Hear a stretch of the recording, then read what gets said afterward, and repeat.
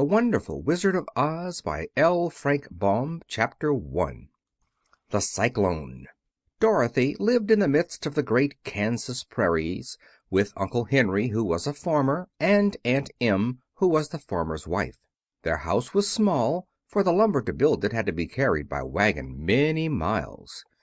There were 4 walls, a floor, and a roof, which made one room, and this room contained a rusty-looking cook stove, a cupboard for the dishes, a table, 3 or 4 chairs, and the beds. Uncle Henry and Aunt Em had a big bed in one corner, and Dorothy a little bed in another corner. There was no garret at all, and no cellar, except a small hole dug in the ground called a cyclone cellar, where the family could go in case one of those great whirlwinds arose, mighty enough to crush any building in its path. It was reached by a trap door in the middle of the floor, from which a ladder led down into the small dark hole. When Dorothy stood in the doorway and looked around, she could see nothing but the great gray prairie on every side. Not a tree nor a house broke the broad sweep of flat country that reached to the edge of the sky in all directions. The sun had baked the plowed land into a gray mass, with little cracks running through it. Even the grass was not green, for the sun had burned the tops of the long blades until they were the same gray color to be seen everywhere. Once the house had been painted, but the sun blistered the paint and the rains washed it away, and now the house was as dull and gray as everything else. When Aunt Em came there to live, she was a young, pretty wife. The sun and wind had changed her, too. They had taken the sparkle from her eyes and left them a somber gray. They had taken the red from her cheeks and lips, and they were gray also. She was thin and gaunt, and never smiled now. When Dorothy, who was an orphan, first came to her, Aunt Em had been so startled by the child's laughter that she would scream and press her hand upon her heart whenever Dorothy's merry voice reached her ears, and she still looked at the little girl with wonder that she could find anything to laugh at. Uncle Henry never laughed. He worked hard from morning till night, and did not know what joy was. He was gray also, from his long beard to his rough boots, and he looked stern and solemn and rarely spoke. It was Toto that made Dorothy laugh, and saved her from growing as gray as her other surroundings. Toto was not gray. He was a little black dog, with long silky hair and small black eyes that twinkled merrily on either side of his funny wee nose. Toto played all day long, and Dorothy played with him and loved him dearly. Today, however, they were not playing. Uncle Henry sat upon the doorstep and looked anxiously at the sky, which was even grayer than usual. Dorothy stood in the door with Toto in her arms, and looked at the sky too. Aunt Em was washing the dishes. From the far north they heard a low wail of the wind, and Uncle Henry and Dorothy could see where the long grass bowed in waves before the coming storm. There now came a sharp whistling in the air from the south, and as they turned their eyes that way they saw ripples in the grass coming from that direction also. Suddenly Uncle Henry stood up. "There's a cyclone coming, Em," he called to his wife. "I'll go look after the stock." Then he ran toward the sheds where the cows and horses were kept. Aunt Em dropped her work and came to the door. One glance told her of the danger close at hand. "Quick, Dorothy!" she screamed. "Run for the cellar!" Toto jumped out of Dorothy's arms and hid under the bed, and the girls started to get him. Aunt Em, badly frightened, threw open the trap door in the floor and climbed down the ladder into the small dark hole. Dorothy caught Toto at last and started to follow her aunt. When she was halfway across the room there came a great shriek from the wind, and the house shook so hard that she lost her footing and sat down suddenly upon the floor. Then a strange thing happened. The house whirled around 2 or 3 times and rose slowly through the air. Dorothy felt as if she were going up in a balloon. The north and south winds met where the house stood, and made it the exact center of the cyclone. In the middle of a cyclone the air is generally still, but the great pressure of the wind on every side of the house raised it up higher and higher until it was at the very top of the cyclone, and there it remained and was carried miles and miles away as easily as you could carry a feather. It was very dark, and the wind howled horribly around her, but Dorothy found she was riding quite easily. After the first few whirls around, and one other time when the house tipped badly, she felt as if she were being rocked gently, like a baby in a cradle. Toto did not like it. He ran around the room, now here, now there, barking loudly, but Dorothy sat quite still on the floor and waited to see what would happen. Once Toto got too near the open trap door and fell in, and at first the little girl thought she had lost him.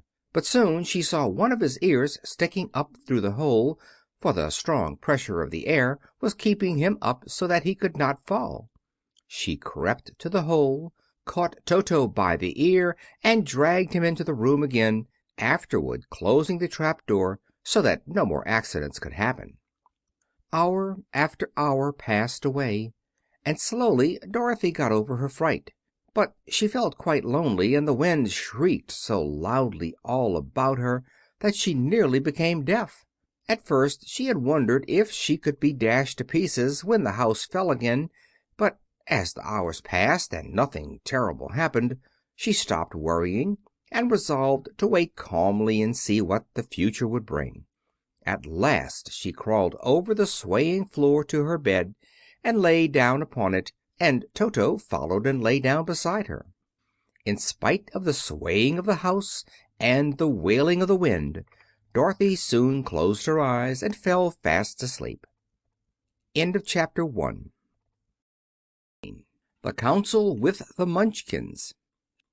She was awakened by a shock so sudden and severe that if Dorothy had not been lying on the soft bed she might have been hurt. As it was, the jar made her catch her breath and wonder what had happened, and Toto put his cold little nose into her face and whined dismally. Dorothy sat up and noticed that the house was not moving, nor was it dark, for the bright sunshine came in at the window, flooding the little room. She sprang from her bed, and, with Toto at her heels, ran and opened the door. The little girl gave a cry of amazement and looked about her, her eyes growing bigger and bigger at the wonderful sights she saw. The cyclone had set the house down very gently for a cyclone, in the midst of a country of marvelous beauty. There were lovely patches of greensward all about, with stately trees bearing rich and luscious fruits. Banks of gorgeous flowers were on every hand, and birds with rare and brilliant plumage sang and fluttered in the trees and bushes. A little way off was a small brook, rushing and sparkling along between green banks, and murmuring in a voice very grateful to a little girl who had lived so long on the dry, gray prairies. While she stood looking eagerly at the strange and beautiful sights, she noticed, coming toward her, a group of the queerest people she had ever seen. They were not as big as the grown folk she had always been used to, but neither were they very small. In fact, they seemed about as tall as Dorothy, who was a well-grown child for her age, although they were, so far as looks go, many years older. 3 were men and 1 a woman, and all were oddly dressed. They wore round hats that rose to a small point a foot above their heads, with little bells around the brims that tinkled sweetly as they moved. The hats of the men were blue. The little woman's hat was white, and she wore a white gown that hung in pleats from her shoulders. Over it were sprinkled little stars that glistened in the sun like diamonds. The men were dressed in blue, of the same shade as their hats, and wore well-polished boots with a deep roll of blue at the tops. The men, Dorothy thought, were about as old as Uncle Henry, for 2 of them had beards. But the little woman was doubtless much older. Her face was covered with wrinkles, her hair was nearly white, and she walked rather stiffly. When these people drew near the house where Dorothy was standing in the doorway, they paused and whispered among themselves, as if afraid to come farther. But the little old woman walked up to Dorothy, made a low bow, and said in a sweet voice, "You are welcome, most noble sorceress, to the land of the Munchkins. We are so grateful to you for having killed the Wicked Witch of the East, and for setting our people free from bondage." Dorothy listened to this speech with wonder. What could the little woman possibly mean by calling her a sorceress, and saying she had killed the Wicked Witch of the East? Dorothy was an innocent, harmless little girl who had been carried by a cyclone many miles from home, and she had never killed anything in all her life. But the little woman evidently expected her to answer, so Dorothy said, with hesitation, "You are very kind, but there must be some mistake. I have not killed anything." "Your house did, anyway," replied the little old woman with a laugh. "And that is the same thing. See," she continued, pointing to the corner of the house. "There are her 2 feet still sticking out from under a block of wood." Dorothy looked and gave a little cry of fright. There, indeed, just under the corner of the great beam the house rested on, 2 feet were sticking out, shod in silver shoes with pointed toes. "Oh dear! Oh dear!" cried Dorothy, clasping her hands together in dismay. "The house must have fallen on her. Whatever shall we do?" "There is nothing to be done," said the little woman calmly. "But who was she?" asked Dorothy.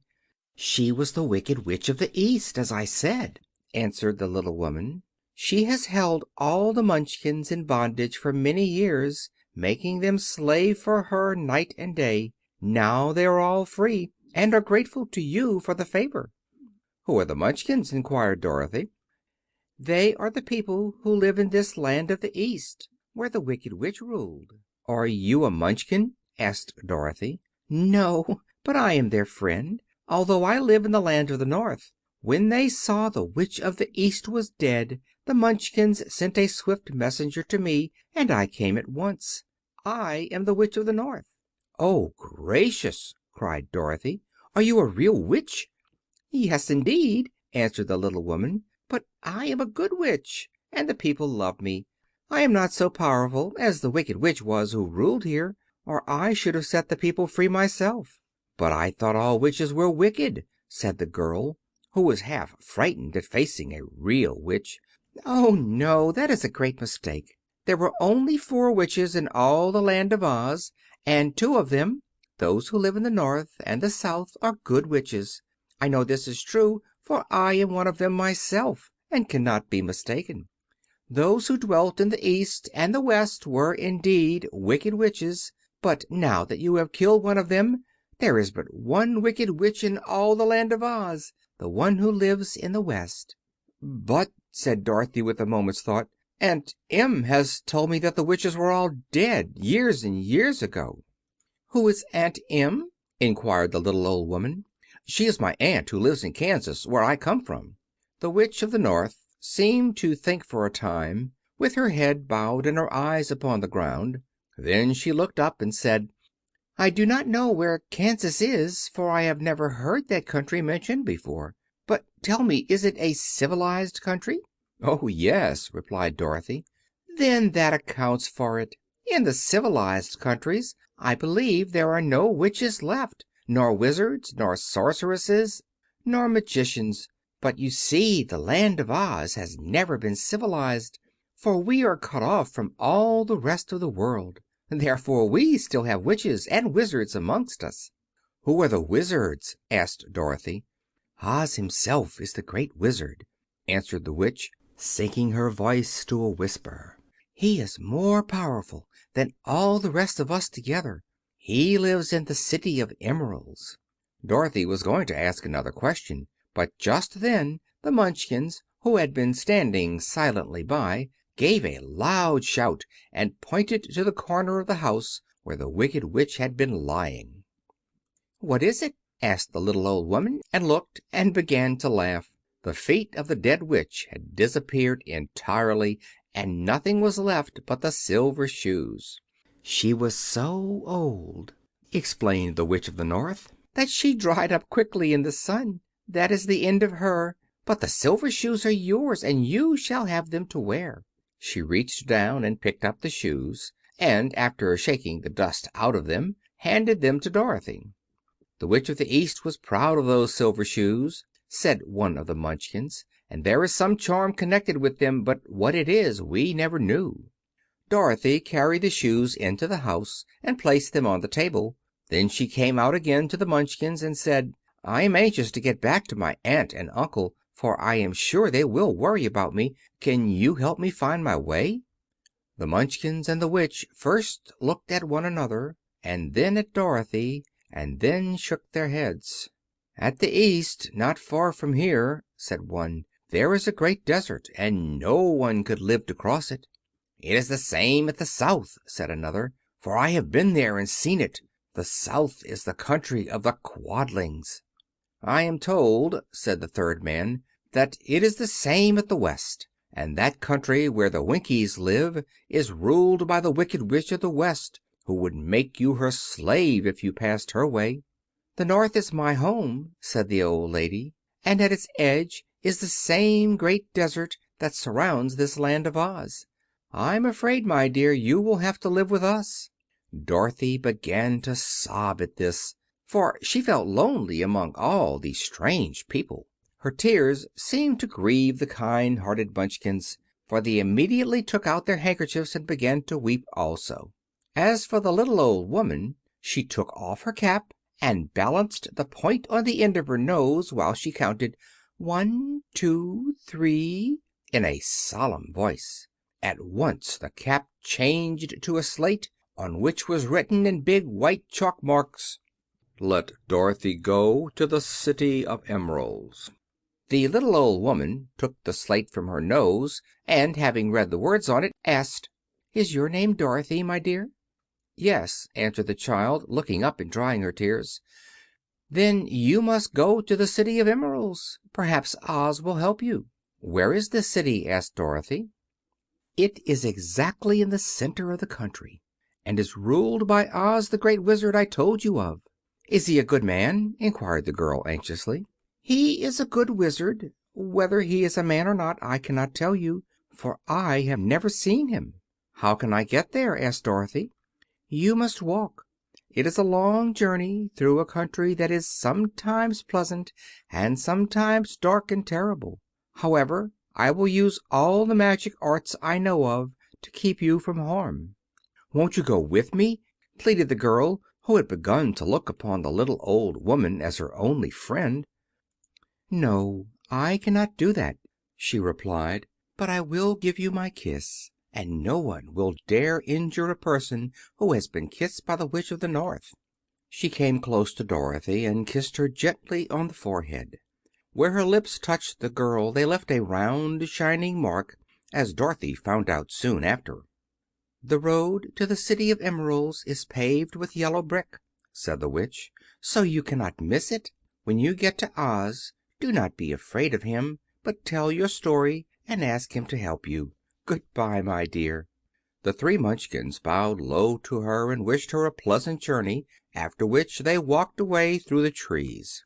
The Witch gave Dorothy a friendly little nod, whirled around on her left heel 3 times, and straightway disappeared, much to the surprise of little Toto, who barked after her loudly enough when she was gone, because he had been afraid even to growl while she stood by. But Dorothy, knowing her to be a witch, had expected her to disappear in just that way, and was not surprised in the least. End of Chapter 2. Chapter 3. How Dorothy Saved the Scarecrow. When Dorothy was left alone she began to feel hungry. So she went to the cupboard and cut herself some bread, which she spread with butter. She gave some to Toto, and taking a pail from the shelf, she carried it down to the little brook and filled it with clear, sparkling water. Toto ran over to the trees and began to bark at the bird sitting there. Dorothy went to get him, and saw such delicious fruit hanging from the branches that she gathered some of it, finding it just what she wanted to help out her breakfast. Then she went back to the house, and having helped herself and Toto to a good drink of cool, clear water, she set about making ready for the journey to the City of Emeralds. Dorothy had only one other dress, but that happened to be clean and was hanging on a peg beside her bed. It was gingham with checks of white and blue, and although the blue was somewhat faded with many washings, it was still a pretty frock. The girl washed herself carefully, dressed herself in the clean gingham, and tied her pink sunbonnet on her head. She took a little basket and filled it with bread from the cupboard, laying a white cloth over the top. Then she looked down at her feet and noticed how old and worn her shoes were. "They surely will never do for a long journey, Toto," she said. And Toto looked up into her face with his little black eyes, and wagged his tail to show he knew what she meant. At that moment Dorothy saw lying on the table the silver shoes that had belonged to the Witch of the East. "I wonder if they will fit me," she said to Toto. "They would be just the thing to take a long walk in, for they could not wear out." She took off her old leather shoes and tried on the silver ones, which fitted her as well as if they had been made for her. Finally she picked up her basket. "Come along, Toto," she said. "We will go to the Emerald City and ask the Great Oz how to get back to Kansas again." She closed the door, locked it, and put the key carefully in the pocket of her dress. And so, with Toto trotting along soberly behind her, she started on her journey. There were several roads near by, but it did not take her long to find the one paved with yellow bricks. Within a short time she was walking briskly toward the Emerald City, her silver shoes tinkling merrily on the hard yellow roadbed. The sun shone bright and the birds sang sweetly, and Dorothy did not feel nearly so bad as you might think a little girl would who had been suddenly whisked away from her own country and set down in the midst of a strange land. She was surprised, as she walked along, to see how pretty the country was about her. There were neat fences at the sides of the road, painted a dainty blue color, and beyond them were fields of grain and vegetables in abundance. Evidently the Munchkins were good farmers and able to raise large crops. Once in a while she would pass a house, and the people came out to look at her and bow low as she went by, for everyone knew she had been the means of destroying the Wicked Witch and setting them free from bondage. The houses of the Munchkins were odd-looking dwellings, for each was round, with a big dome for a roof. All were painted blue, for in this country of the East blue was the favorite color. Toward evening, when Dorothy was tired with her long walk and began to wonder where she might pass the night, she came to a house rather larger than the rest. On the green lawn before it many men and women were dancing. 5 little fiddlers played as loudly as possible, and the people were laughing and singing, while a big table nearby was loaded with delicious fruits and nuts, pies and cakes, and many other good things to eat. The people greeted Dorothy kindly and invited her to supper and to pass the night with them, for this was the home of one of the richest Munchkins in the land, and his friends were gathered with him to celebrate their freedom from the bondage of the Wicked Witch. Dorothy ate a hearty supper and was waited upon by the rich Munchkin himself, whose name was Boq. Then she sat upon a settee and watched the people dance. When Boq saw her silver shoes he said, "You must be a great sorceress." "Why?" asked the girl. "Because you wear silver shoes and have killed the Wicked Witch. Besides, you have white in your frock, and only witches and sorceresses wear white." "My dress is blue and white checked," said Dorothy, smoothing out the wrinkles in it. "It is kind of you to wear that," said Boq. "Blue is the color of the Munchkins, and white is the witch color, so we know you are a friendly witch." Dorothy did not know what to say to this, for all the people seemed to think her a witch, and she knew very well she was only an ordinary little girl who had come by the chance of a cyclone into a strange land. When she had tired watching the dancing, Boq led her into the house, where he gave her a room with a pretty bed in it. The sheets were made of blue cloth, and Dorothy slept soundly in them till morning, with Toto curled up on the blue rug beside her. She ate a hearty breakfast and watched a wee Munchkin baby who played with Toto and pulled his tail and crowed and laughed in a way that greatly amused Dorothy. Toto was a fine curiosity to all the people, for they had never seen a dog before. "How far is it to the Emerald City?" the girl asked. "I do not know," answered Boq gravely, "for I have never been there. It is better for people to keep away from Oz, unless they have business with him. But it is a long way to the Emerald City, and it will take you many days. The country here is rich and pleasant, but you must pass through rough and dangerous places before you reach the end of your journey." This worried Dorothy a little, but she knew that only the Great Oz could help her get to Kansas again, so she bravely resolved not to turn back. She bade her friends good-bye and again started along the road of yellow brick. When she had gone several miles she thought she would stop to rest, and so climbed to the top of the fence beside the road and sat down. There was a great cornfield beyond the fence, and not far away she saw a Scarecrow placed high on a pole to keep the birds from the ripe corn. Dorothy leaned her chin upon her hand and gazed thoughtfully at the Scarecrow. Its head was a small sack stuffed with straw, with eyes, nose, and mouth painted on it to represent a face. An old pointed blue hat, that had belonged to some Munchkin, was perched on his head, and the rest of the figure was a blue suit of clothes, worn and faded, which had also been stuffed with straw. On the feet were some old boots with blue tops, such as every man wore in this country, and the figure was raised above the stalks of corn by means of the pole stuck up its back. While Dorothy was looking earnestly into the queer painted face of the Scarecrow, she was surprised to see one of the eyes slowly wink at her. She thought she must have been mistaken at first, for none of the Scarecrows in Kansas ever wink, but presently the figure nodded its head to her in a friendly way. Then she climbed down from the fence and walked up to it, while Toto ran around the pole and barked. "Good day," said the Scarecrow in a rather husky voice. "Did you speak?" asked the girl in wonder. "Certainly," answered the Scarecrow. "How do you do?" "I'm pretty well, thank you," replied Dorothy politely. "How do you do?" "I'm not feeling well," said the Scarecrow with a smile, "for it is very tedious being perched up here night and day to scare away crows." "Can't you get down?" asked Dorothy. "No, for this pole is stuck up my back. If you will please take away the pole I shall be greatly obliged to you." Dorothy reached up both arms and lifted the figure off the pole, for being stuffed with straw it was quite light. "Thank you very much," said the Scarecrow, when he had been set down on the ground. "I feel like a new man." Dorothy was puzzled at this, for it sounded queer to hear a stuffed man speak and to see him bow and walk along beside her. "Who are you?" asked the Scarecrow, when he had stretched himself and yawned, "and where are you going?"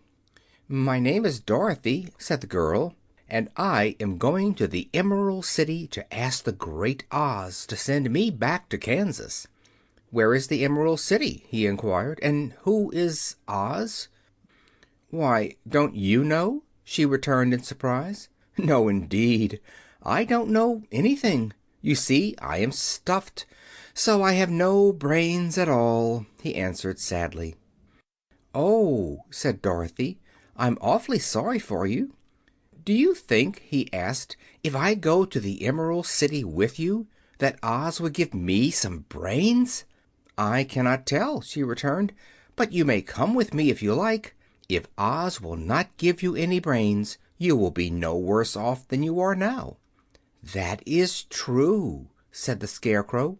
"You see," he continued confidentially, "I don't mind my legs and arms and body being stuffed, because I cannot get hurt. If anyone treads on my toes or sticks a pin into me, it doesn't matter, for I can't feel it. But I do not want people to call me a fool, and if my head stays stuffed with straw instead of with brains, as yours is, how am I ever to know anything?" "I understand how you feel," said the little girl, who was truly sorry for him. If you will come with me, I'll ask Oz to do all he can for you." "Thank you," he answered gratefully. They walked back to the road. Dorothy helped him over the fence, and they started along the path of yellow brick for the Emerald City. Toto did not like this addition to the party at first. He smelled around the stuffed man as if he suspected there might be a nest of rats in the straw, and he often growled in an unfriendly way at the Scarecrow. "Don't mind Toto," said Dorothy to her new friend. "He never bites." "Oh, I'm not afraid," replied the Scarecrow. "He can't hurt the straw. Do let me carry that basket for you. I shall not mind it, for I can't get tired. I'll tell you a secret," he continued, as he walked along. "There is only one thing in the world I am afraid of." "What is that?" asked Dorothy. "The Munchkin farmer who made you?" "No," answered the Scarecrow. "It is a lighted match."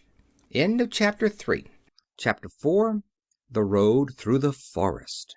After a few hours the road began to be rough, and the walking grew so difficult that the Scarecrow often stumbled over the yellow bricks, which were here very uneven. Sometimes, indeed, they were broken or missing altogether, leaving holes that Toto jumped across and Dorothy walked around. As for the Scarecrow, having no brains, he walked straight ahead, and so stepped into the holes and fell at full length on the hard bricks. It never hurt him, however, and Dorothy would pick him up and set him upon his feet again, while he joined her in laughing merrily at his own mishap. The farms were not nearly so well cared for here as they were farther back. There were fewer houses and fewer fruit trees, and the farther they went the more dismal and lonesome the country became. At noon they sat down by the roadside, near a little brook, and Dorothy opened her basket and got out some bread. She offered a piece to the Scarecrow, but he refused. "I am never hungry," he said, "and it is a lucky thing I am not, for my mouth is only painted, and if I should cut a hole in it so I could eat, the straw I am stuffed with would come out, and that would spoil the shape of my head." Dorothy saw at once that this was true, so she only nodded and went on eating her bread. "Tell me something about yourself and the country you came from," said the Scarecrow, when she had finished her dinner. So she told him all about Kansas, and how gray everything was there, and how the Cyclone had carried her to this queer land of Oz. The Scarecrow listened carefully and said, "I cannot understand why you should wish to leave this beautiful country and go back to the dry, gray place you call Kansas." "That is because you have no brains," answered the girl. "No matter how dreary and gray our homes are, we people of flesh and blood would rather live there than in any other country, be it ever so beautiful. There is no place like home." The Scarecrow sighed. "Of course I cannot understand it," he said. "If your heads were stuffed with straw, like mine, you would probably all live in the beautiful places, and then Kansas would have no people at all. It is fortunate for Kansas that you have brains." "Won't you tell me a story while we are resting?" asked the child. The Scarecrow looked at her reproachfully and answered, "My life has been so short that I really know nothing whatever. I was only made day before yesterday. What happened in the world before that time is all unknown to me. Luckily, when the farmer made my head, one of the first things he did was to paint my ears, so that I heard what was going on. There was another Munchkin with him, and the first thing I heard was the farmer saying, 'How do you like those ears?' 'They aren't straight,' answered the other. 'Never mind,' said the farmer, 'they are ears just the same,' which was true enough. 'Now I'll make the eyes,' said the farmer. So he painted my right eye, and as soon as it was finished I found myself looking at him and everything around me with a great deal of curiosity, for this was my first glimpse of the world. 'That's a rather pretty eye,' remarked the Munchkin, who was watching the farmer. 'Blue paint is just the color for eyes.' 'I think I'll make the other a little bigger,' said the farmer. And when the second eye was done I could see much better than before. Then he made my nose and my mouth. But I did not speak, because at that time I didn't know what a mouth was for. I had the fun of watching them make my body and my arms and legs, and when they fastened on my head at last I felt very proud, for I thought I was just as good a man as anyone. "This fellow will scare the crows fast enough," said the farmer. "He looks just like a man." "Why, he is a man," said the other, and I quite agreed with him. The farmer carried me under his arm to the cornfield and set me up on a tall stick, where you found me. He and his friend soon after walked away and left me alone. I did not like to be deserted this way, so I tried to walk after them, but my feet would not touch the ground, and I was forced to stay on that pole. It was a lonely life to lead, for I had nothing to think of, having been made such a little while before. Many crows and other birds flew into the cornfield, but as soon as they saw me they flew away again, thinking I was a Munchkin, and this pleased me and made me feel that I was quite an important person. By and by an old crow flew near me, and after looking at me carefully he perched on my shoulder and said, "I wonder if that farmer thought to fool me in this clumsy manner? Any crow of sense could see that you were only stuffed with straw." Then he hopped down at my feet and ate all the corn he wanted. The other birds, seeing he was not harmed by me, came to eat the corn too, so in a short time there was a great flock of them about me. I felt sad at this, for it showed I was not such a good Scarecrow after all. But the old crow comforted me, saying, "If you only had brains in your head you would be as good a man as any of them, and a better man than some of them. Brains are the only thing worth having in this world, no matter whether one is a crow or a man." After the crows had gone I thought this over, and decided I would try hard to get some brains. By good luck you came along and pulled me off the stake, and from what you say I am sure the great Oz will give me brains as soon as we get to the Emerald City. "I hope so," said Dorothy earnestly, "since you seem anxious to have them." "Oh, yes, I am anxious," returned the Scarecrow. "It is such an uncomfortable feeling to know one is a fool." "Well," said the girl, "let us go," and she handed the basket to the Scarecrow. There were no fences at all by the roadside now, and the land was rough and untilled. Toward evening they came to a great forest, where the trees grew so big and close together that their branches met over the road of yellow brick. It was almost dark under the trees, for the branches shut out the daylight, but the travelers did not stop and went on into the forest. "If this road goes in, it must come out," said the Scarecrow, "and as the Emerald City is at the other end of the road, we must go wherever it leads us." "Anyone would know that," said Dorothy. "Certainly; that is why I know it," returned the Scarecrow. "If it required brains to figure it out, I never should have said it." After an hour or so the light faded away, and they found themselves stumbling along in the darkness. Dorothy could not see at all, but Toto could, for some dogs see very well in the dark, and the Scarecrow declared he could see as well as by day. So she took hold of his arm and managed to get along fairly well. "If you see any house or any place where we can pass the night," she said, "you must tell me, for it is very uncomfortable walking in the dark." Soon after the Scarecrow stopped. "I see a little cottage at the right of us," he said, "built of logs and branches. Shall we go there?" "Yes, indeed," answered the child. "I am all tired out." So the Scarecrow led her through the trees until they reached the cottage, and Dorothy entered and found a bed of dried leaves in one corner.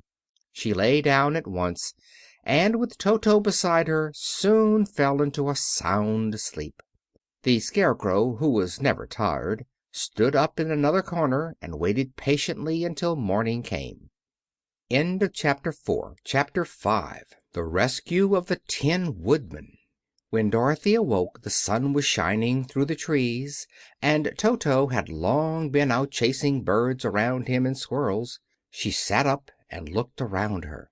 Scarecrow still standing patiently in his corner, waiting for her. "We must go and search for water," she said to him. "Why do you want water?" he asked. "To wash my face clean after the dust of the road, and to drink, so the dry bread will not stick in my throat." "It must be inconvenient to be made of flesh," said the Scarecrow thoughtfully, "for you must sleep and eat and drink. However, you have brains, and it is worth a lot of bother to be able to think properly." They left the cottage and walked through the trees until they found a little spring of clear water, where Dorothy drank and bathed and ate her breakfast. She saw there was not much bread left in the basket, and the girl was thankful the Scarecrow did not have to eat anything, for there was scarcely enough for herself and Toto for the day. When she had finished her meal and was about to go back to the road of yellow brick, she was startled to hear a deep groan near by. "What was that?" she asked timidly. "I cannot imagine," replied the Scarecrow, "but we can go and see." Just then another groan reached their ears, and the sound seemed to come from behind them. They turned and walked through the forest a few steps, when Dorothy discovered something shining in a ray of sunshine that fell between the trees. She ran to the place and then stopped short with a little cry of surprise. One of the big trees had been partly chopped through, and standing beside it, with an uplifted axe in his hands, was a man made entirely of tin. His head and arms and legs were jointed upon his body, but he stood perfectly motionless, as if he could not stir at all. Dorothy looked at him in amazement, and so did the Scarecrow, while Toto barked sharply and made a snap at the tin legs, which hurt his teeth. "Did you groan?" asked Dorothy. "Yes," answered the Tin Man, "I did. I've been groaning for more than a year, and no one has ever heard me before or come to help me." "What can I do for you?" she inquired softly, for she was moved by the sad voice in which the man spoke. "Get an oil can and oil my joints," he answered. "They are rusted so badly that I cannot move them at all. If I am well oiled I shall soon be all right again. You will find an oil can on a shelf in my cottage." Dorothy at once ran back to the cottage and found the oil can, and then she returned and asked anxiously, "Where are your joints?" "Oil my neck first," replied the Tin Woodman. So she oiled it, and as it was quite badly rusted, the Scarecrow took hold of the tin head and moved it gently from side to side until it worked freely, and then the man could turn it himself. "Now oil the joints in my arms," he said, and Dorothy oiled them, and the Scarecrow bent them carefully until they were quite free from rust and as good as new. The Tin Woodman gave a sigh of satisfaction and lowered his axe, which he leaned against the tree. "Ah, that is a great comfort," he said. "I have been holding that axe in the air ever since I rusted, and I'm glad to be able to put it down at last. Now, if you will oil the joints of my legs I shall be all right once more." So they oiled his legs until he could move them freely, and he thanked them again and again for his release, for he seemed a very polite creature and very grateful. "I might have stood there always if you had not come along," he said. "So you have certainly saved my life. How did you happen to be here?" "We are on our way to the Emerald City, to see the Great Oz," she answered, "and we stopped at your cottage to pass the night." "Why do you wish to see Oz?" he asked. "I want him to send me back to Kansas, and the Scarecrow wants him to put a few brains into his head," she replied. The Tin Woodman appeared to think deeply for a moment. Then he said, "Do you suppose Oz could give me a heart?" "Why, I guess so," Dorothy answered. "It would be as easy as to give the Scarecrow brains." "True," the Tin Woodman returned. "So if you will allow me to join your party I will also go to the Emerald City and ask Oz to help me." "Come along," said the Scarecrow heartily, and Dorothy added that she would be pleased to have his company. So the Tin Woodman shouldered his axe, and they all passed through the forest until they came to the road that was paved with yellow brick. The Tin Woodman had asked Dorothy to put the oil can in her basket, for, he said, if I should get caught in the rain and rust again I would need the oil can badly. It was a bit of good luck to have their new comrade join the party, for soon after they had begun their journey again they came to a place where the trees and branches grew so thick over the road that the travelers could not pass. But the Tin Woodman set to work with his axe and chopped so well that soon he cleared a passage for the entire party. Dorothy was thinking so earnestly as they walked along that she did not notice when the Scarecrow stumbled into a hole and rolled over to the side of the road. Indeed, he was obliged to call her to help him up again. "Why didn't you walk around the hole?" asked the Tin Woodman. "I don't know enough," replied the Scarecrow cheerfully. "My head is stuffed with straw, you know, and that is why I am going to Oz to ask him for some brains." "Oh, I see," said the Tin Woodman. "But after all, brains are not the best things in the world." "Have you any?" inquired the Scarecrow. "No, my head is quite empty," answered the Woodman. "But once I had brains, and a heart also, so having tried them both I should much rather have a heart." "And why is that?" asked the Scarecrow. "I will tell you my story, and then you will know."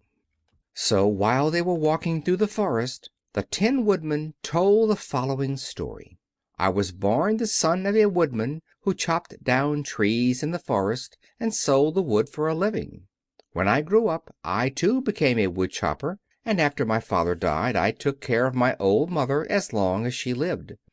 Then I made up my mind that instead of living alone I would marry, so that I might not become lonely. There was one of the Munchkin girls who was so beautiful that I soon grew to love her with all my heart. She, on her part, promised to marry me as soon as I could earn enough money to build a better house for her. So I set to work harder than ever. But the girl lived with an old woman who did not want her to marry anyone, for she was so lazy she wished the girl to remain with her and do the cooking and the housework. So the old woman went to the Wicked Witch of the East and promised her 2 sheep and a cow if she would prevent the marriage. Thereupon the Wicked Witch enchanted my axe, and when I was chopping away at my best one day, for I was anxious to get the new house and my wife as soon as possible, the axe slipped all at once and cut off my left leg. This at first seemed a great misfortune, for I knew a one-legged man could not do very well as a woodchopper. So I went to a tinsmith and had him make me a new leg out of tin. The leg worked very well once I was used to it. But my action angered the Wicked Witch of the East, for she had promised the old woman I should not marry the pretty Munchkin girl. When I began chopping again, my axe slipped and cut off my right leg. Again I went to the tinsmith, and again he made me a leg out of tin. After this the enchanted axe cut off my arms one after the other, but nothing daunted, I had them replaced with tin ones. The Wicked Witch then made the axe slip and cut off my head, and at first I thought that was the end of me, but the tinsmith happened to come along, and he made me a new head out of tin. I thought I had beaten the Wicked Witch then, and I worked harder than ever, but I little knew how cruel my enemy could be. She thought of a new way to kill my love for the beautiful Munchkin maiden, and made my axe slip again, so that it cut right through my body, splitting me into 2 halves. Once more the tinsmith came to my help and made me a body of tin, fastening my tin arms and legs and head to it by means of joints, so that I could move around as well as ever. But alas! I had now no heart, so that I lost all my love for the Munchkin girl, and did not care whether I married her or not. I suppose she is still living with the old woman, waiting for me to come after her. My body shone so brightly in the sun that I felt very proud of it, and it did not matter now if my axe slipped, for it could not cut me. There was only one danger, that my joints would rust. but I kept an oil can in my cottage and took care to oil myself whenever I needed it. However, there came a day when I forgot to do this, and being caught in a rainstorm, before I thought of the danger my joints had rusted, and I was left to stand in the woods until you came to help me. It was a terrible thing to undergo, but during the year I stood there I had time to think that the greatest loss I had known was the loss of my heart. While I was in love I was the happiest man on earth, but no one can love who has not a heart, and so I am resolved to ask Oz to give me one. If he does, I will go back to the Munchkin maiden and marry her." Both Dorothy and the Scarecrow had been greatly interested in the story of the Tin Woodman, and now they knew why he was so anxious to get a new heart. "All the same," said the Scarecrow, "I shall ask for brains instead of a heart, for a fool would not know what to do with a heart if he had one." "I shall take the heart," returned the Tin Woodman, "for brains do not make one happy, and happiness is the best thing in the world."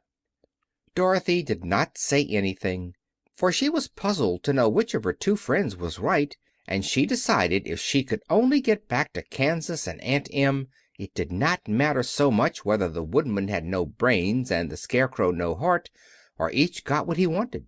What worried her most was that the bread was nearly gone, and another meal for herself and Toto would empty the basket.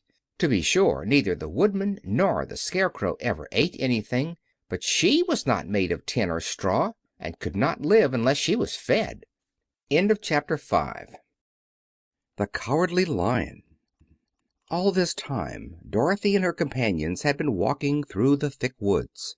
The road was paved with yellow brick, but these were much covered by dried branches and dead leaves from trees, and the walking was not at all good.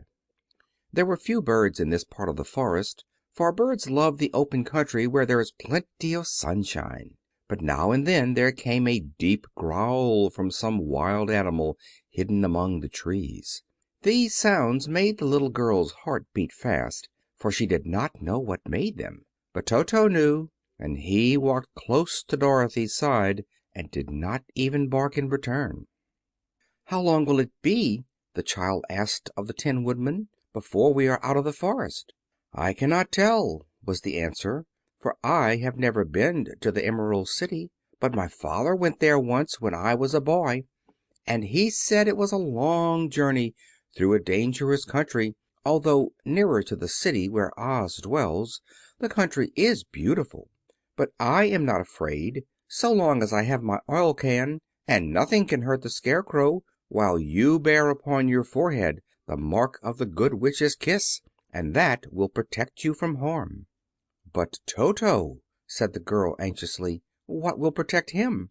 "We must protect him ourselves if he is in danger," replied the Tin Woodman. Just as he spoke there came from the forest a terrible roar, and the next moment a great lion bounded into the road. With one blow of his paw he sent the Scarecrow spinning over and over to the edge of the road, and then he struck at the Tin Woodman with his sharp claws. But to the lion's surprise he could make no impression on the tin, although the Woodman fell over in the road and lay still. Little Toto, now that he had an enemy to face, ran barking toward the lion, and the great beast had opened his mouth to bite the dog, when Dorothy, fearing Toto would be killed, and heedless of danger, rushed forward and slapped the lion upon his nose as hard as she could, while she cried out, "Don't you dare bite Toto! You ought to be ashamed of yourself, a big beast like you to bite a poor little dog!" "I didn't bite him," said the lion, as he rubbed his nose with his paw where Dorothy had hit it. "No, but you tried to," she retorted. "You are nothing but a big coward." "I know it," said the Lion, hanging his head in shame. "I've always known it. But how can I help it?" "I don't know, I'm sure. To think of you striking a stuffed man like the poor Scarecrow!" "Is he stuffed?" asked the Lion in surprise, as he watched her pick up the Scarecrow and set him upon his feet, while she patted him into shape again. "Of course he's stuffed," replied Dorothy, who was still angry. "That's why he went over so easily," remarked the Lion. It astonished me to see him whirl around so. Is the other one stuffed also?" "No," said Dorothy, "he's made of tin." And she helped the Woodman up again. "That's why he nearly blunted my claws," said the Lion. "When they scratched against the tin it made a cold shiver run down my back. What is that little animal you are so tender of?" "He is my dog, Toto," answered Dorothy. "Is he made of tin or stuffed?" asked the Lion. "Neither. He's a meat dog," said the girl. "Oh, he's a curious animal, and seems remarkably small, now that I look at him. No one would think of biting such a little thing, except a coward like me," continued the Lion sadly. "What makes you a coward?" asked Dorothy, looking at the great beast in wonder, for he was as big as a small horse. "It's a mystery," replied the Lion. "I suppose I was born that way. All the other animals in the forest naturally expect me to be brave, for the lion is everywhere thought to be the king of beasts. I learned that if I roared very loudly every living thing was frightened and got out of my way. Whenever I've met a man I've been awfully scared, but I just roared at him and he has always run away as fast as he could go. If the elephants and the tigers and the bears have ever tried to fight me I should have run myself, I'm such a coward. But just as soon as they hear me roar they all try to get away from me, and of course I let them go." "But that isn't right. The king of beasts shouldn't be a coward," said the Scarecrow. "I know it," returned the Lion, wiping a tear from his eye with the tip of his tail. "It is my great sorrow, and makes my life very unhappy. But whenever there is danger my heart begins to beat fast." "Perhaps you have a heart disease," said the Tin Woodman. "It may be," said the Lion. "If you have," continued the Tin Woodman, "you ought to be glad, for it proves you have a heart. For my part, I have no heart, so I cannot have heart disease." "Perhaps," said the Lion thoughtfully, "if I had no heart I should not be a coward." "Have you brains?" asked the Scarecrow. "I suppose so. I've never looked to see," replied the Lion. "I am going to the Great Oz to ask him to give me some," remarked the Scarecrow, "for my head is stuffed with straw." "And I am going to ask him to give me a heart," said the Woodman. "And I am going to ask him to send Toto and me back to Kansas," added Dorothy. "Do you think Oz could give me courage?" asked the Cowardly Lion. "Just as easily as he could give me brains," said the Scarecrow. "Or give me a heart," said the Tin Woodman. "Or send me back to Kansas," said Dorothy. "Then if you don't mind I'll go with you," said the Lion, "for my life is simply unbearable without a bit of courage." "You will be very welcome," answered Dorothy, "for you will help to keep away the other wild beasts. It seems to me they must be more cowardly than you if they allow you to scare them so easily." "They really are," said the Lion, "but that doesn't make me any braver, and as long as I know myself to be a coward I shall be unhappy." So once more the little company set off upon the journey, the Lion walking with stately strides at Dorothy's side. Toto did not approve this new comrade at first, for he could not forget how nearly he had been crushed between the Lion's great jaws.